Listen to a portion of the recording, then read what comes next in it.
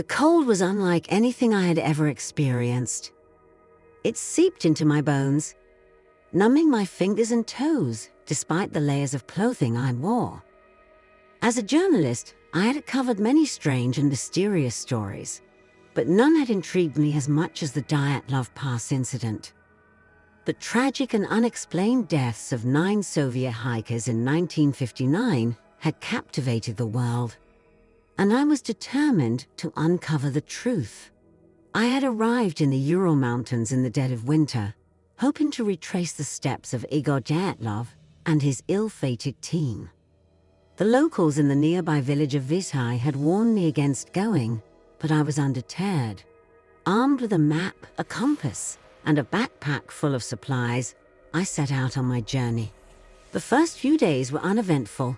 The landscape was stark and beautiful, with snow-covered peaks and frozen rivers stretching as far as the eye could see. I followed the route that Dyatlov's group had taken, camping each night in the same spots they had. As I climbed higher into the mountains, the weather grew more severe. Blizzards swept through the valleys, and the temperature plummeted. On the 4th day, I reached the site where the hikers had pitched their final camp. The area was desolate, with nothing but snow and ice for miles around. I set up my tent and huddled inside, trying to stay warm. As night fell, I couldn't shake the feeling that I was being watched. The wind howled outside, and the tent flaps rustled ominously. I awoke in the middle of the night to a strange noise. It was a low, guttural growl, unlike anything I had ever heard. My heart pounded in my chest as I grabbed my flashlight and unzipped the tent. The beam of light cut through the darkness, revealing nothing but swirling snow. I stepped outside, my breath visible in the frigid air. "Hello," I called out, my voice trembling. "Is anyone there?" There was no response, only the howling wind. I took a few steps forward, my flashlight scanning the area.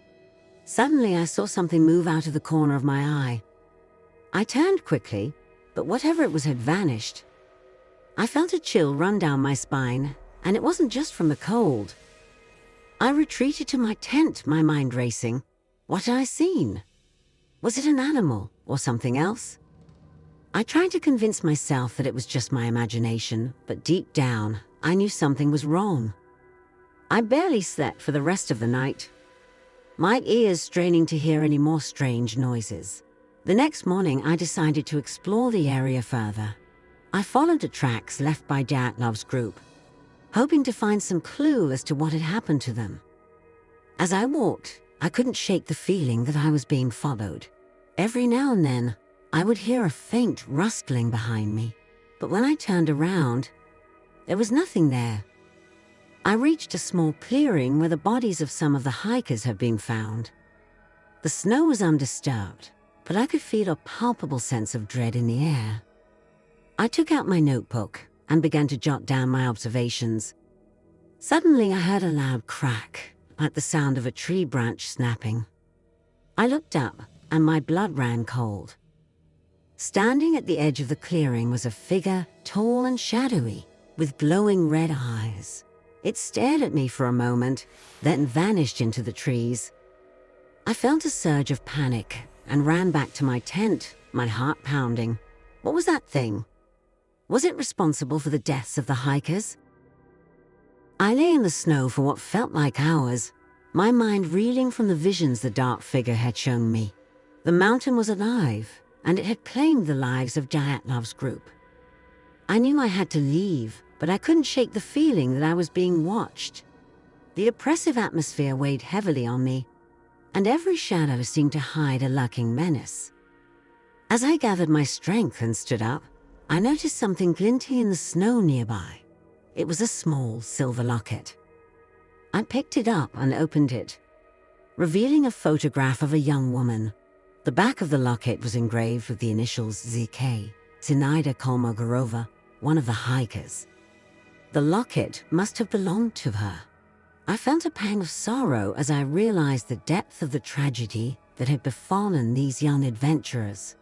Determined to uncover more, I continued my search. I found more personal items scattered in the snow. A torn journal, a broken camera, and a blood-stained scarf. Each item told a story of fear and desperation. As I examined the journal, I found entries detailing the group's final days. They had encountered strange lights in the sky, heard eerie noises at night, and felt an overwhelming sense of dread. The entries grew more frantic as the days went on, culminating in a final desperate plea for help.